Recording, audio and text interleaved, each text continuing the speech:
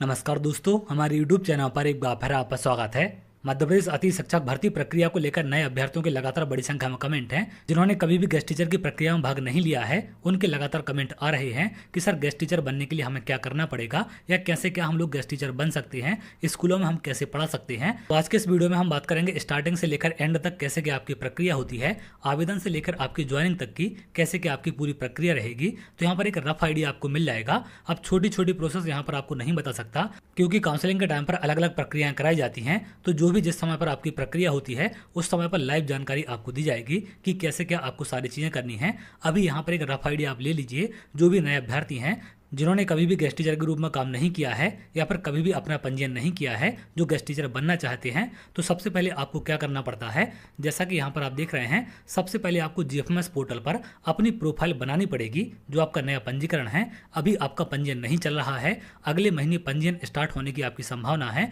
जैसा कि विभाग से अपडेट निकलकर सामने आई है। तो सबसे पहले नए अभ्यर्थियों को अपना यहाँ पर पंजीयन करना पड़ेगा। पंजीयन करने के बाद आपका जीएफएमएस पोर्टल पर प्रोफाइल बन जाएगा। प्रोफाइल जैसी आपकी बन जाएगी तो वहाँ पर आपको अपनी अपनी क्वालिफिकेशन अपडेट करनी पड़ती है। जो भी आपने क्वालिफिकेशन कंप्लीट की है, जैसे आपके पास 10th है, 12th है, ग्रेजुएशन है, बीएड है या फिर डीएड है, तो जितने भी आपके पास क्वालिफिकेशन होगी वो सारी यहाँ पर आपको अपडेट करनी पड़ेगी। उसकी जानकारी, रोल नंबर आपको सब ऐड करने पड़ते हैं। इसके अलावा अगर आपने कोई भी एमपीटेट का एग्जाम क्वालिफाई किया है, चाहे हम वर्ग 1 की बात करें, वर्ग 2 की या फिर वर्ग 3 की, तो उसकी जानकारी भी यहाँ पर आप ऐड कर सकते हैं। उसके भी आपको 30 नंबर दिए जाते हैं। जैसे अगर आपने वर्ग 3 का एग्जाम क्वालिफाई किया है, पात्रता परीक्षा वाला, तो उसके 30 नंबर आपको मिलेंगे। वर्ग 2 या फिर वर्ग 1 का किया है तो उसके भी आपको 30 नंबर दिए जाएंगे। इस प्रकार से अलग अलग नंबर आपको दिए जाते हैं और अलग अलग वर्ग में उनको काउंट किया जाता है। अभी नंबर आपको कैसे कहां पर दिखाई देते हैं, इसके बारे में आगे सारी प्रक्रिया है। तो जैसे यहाँ पर आपकी क्वालिफिकेशन अपडेट हो जाएगी, क्वालिफिकेशन अपडेट होने के बाद जो भी आपकी क्वालिफिकेशन होती है, उसी क्वालिफिकेशन के मार्क्स आपको दिए जाते हैं। अब नंबर किस प्रकार से मिलते हैं, क्योंकि इन्हीं स्कोर कार्ड के नंबरों के आधार पर आपका चयन किया जाएगा। तो जैसे यहाँ पर क्वालिफिकेशन अपडेट हो जाएगी, उसके बाद यहाँ पर साइड में एक ऑप्शन आपको मिलेगा, 3 लाइन होती हैं, उस पर क्लिक करेंगे तो इस प्रकार से साइड में एक डैशबोर्ड आपका खुल जाता है। ये आपकी प्रोफाइल के अंदर ही रहेगा। जैसे आप प्रोफाइल लॉगिन करेंगे तो यहाँ पर एक आपको ऑप्शन मिलेगा स्कोर कार्ड मैनेजमेंट का। तो स्कोर कार्ड मैनेजमेंट पर जैसे ही आप क्लिक करेंगे तो यहाँ पर स्कोर कार्ड डाउनलोड करने के लिए ऑप्शन आपको देखने मिलेगा। तो जैसे आप स्कोर कार्ड डाउनलोड करेंगे, कुछ इस प्रकार से स्कोर कार्ड यहाँ पर आपका खुल जाएगा। एजुकेशन क्वालिफिकेशन, जो क्वालिफिकेशन आपने ऐड की है उसकी यहाँ पर जानकारी आपको दिखाई देगी कि कौन से सन में आपने कौन सी क्वालिफिकेशन कंप्लीट की है, कितने आपको नंबर प्राप्त हुए हैं। यहाँ पर टोटल मार्क्स और ऑब्टेन मार्क्स आपको दिए जाते हैं कि कितने में से कितने नंबर आपने प्राप्त किए हैं, और इन्हीं के आधार पर ही आपका स्कोर कार्ड बनता है। और यहाँ पर कौन से वर्ग में गेस्ट टीचर बनने के लिए आप लोग एलिजिबल हैं, इसकी जानकारी आपकी क्वालिफिकेशन के आधार पर यहाँ पर ऑटोमेटिक अपडेट हो जाएगी। इसमें आपको किसी भी प्रकार का परेशान नहीं होना है। जैसा कि यहाँ पर आप देख पा रहे हैं स्कोर कार्ड पैनल डिटेल, तो यहाँ पर जो क्वालिफिकेशन अपडेट की गई है इसी के आधार पर स्कोर कार्ड आपका ऑटोमेटिक जनरेट हो जाएगा और ये पोर्टल पर सारी जानकारी आपको देखने मिलेगी। जैसे यहाँ पर इन्होंने 11वीं 12वीं की है तो इसके नंबर यहाँ पर इन्होंने जो ऐड किए हैं कि 12वीं क्लास में इनके कितने मार्क्स हैं, 500 में से 421 नंबर हैं। तो 500 में से जो 421 नंबर मिले हैं, इसका परसेंटेज निकाला जाएगा कि कितने परसेंट है। तो इनके यहाँ पर 84.2% हैं। वो 100 नंबर आपके बीएड के और डीएड के दिए जाते हैं। तो 100 नंबर आपके ये होंगे और जितने परसेंटेज आपने क्वालिफिकेशन में प्राप्त किए हैं उतने नंबर और ऐड हो जाते हैं। तो 100 नंबर आपके बीएड के हैं और 84.2% यहाँ पर इन्होंने 12वीं में प्राप्त किए हैं। तो 184.2 नंबर का इनका स्कोर कार्ड बन जाएगा। और 12वीं इन्होंने कंप्लीट की है तो ये किसके लिए एलिजिबल है, यहाँ पर पीसीएम से किया है तो SSS3 लैब के लिए एलिजिबल हैं। यहाँ पर अगर हम 12वीं की बात करें तो यहाँ पर SSS3 के लिए भी एलिजिबल हैं।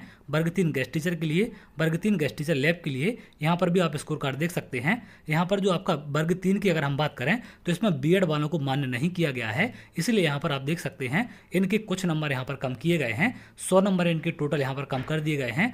84 नंबर तो यहाँ पर क्वालिफिकेशन के हैं। वर्ग 3 की पात्रता परीक्षा क्वालिफाई की है, इसलिए 30 नंबर इनको यहाँ पर इसके दिए गए हैं जो इन्होंने पात्रता परीक्षा क्वालिफाई की थी। तो यहाँ पर आप देख पाएंगे टेट स्कोर, तो टेट के 30 नंबर आपको दिए जाते हैं। जैसे यहाँ पर इन्होंने वर्ग 2 की पात्रता परीक्षा क्वालिफाई की है तो इसके भी 30 नंबर यहाँ पर इनको दिए जाएंगे और इस प्रकार से आपका स्कोर कार्ड बनाया जाता है। 30 नंबर आपको टेट के मिलेंगे। जितना परसेंटेज आपने ग्रेजुएशन में या फिर 12वीं पोस्ट ग्रेजुएशन में प्राप्त किया है उसके नंबर बीएड डीएड के नंबरों में जुड़कर आपका स्कोर कार्ड बनाया जाएगा। और ये जो आपके स्कोर कार्ड के अंक हैं, इन्हीं के आधार पर आपकी काउंसलिंग कराई जाती है। जैसे आपका स्कोर कार्ड बनकर तैयार हो जाएगा, इसको आप लोग किसी भी संकुल प्राचार्य से वेरीफाई करा सकते हैं। आप संकुल प्राचार्य के पास जाकर अपने ओरिजिनल डॉक्यूमेंट दिखा दें कि आपने जो जानकारी यहाँ पर फिल की है क्या ये जानकारी सही है या फिर नहीं है, तो ये वेरिफिकेशन आपको संकुल प्राचार्य से कराना पड़ेगा। जब तक आपका संकुल प्राचार्य से वेरीफाई नहीं होगा तब तक आपका स्कोर कार्ड वैलिड नहीं माना जाएगा। इस बात का आप ध्यान रखें। तो जैसे आपकी क्वालिफिकेशन अपडेट होती है उसी टाइम पर संकुल प्राचार्य को भी आदेश दिए जाते हैं कि वो आपके इसको वेरीफाई कर सकते हैं।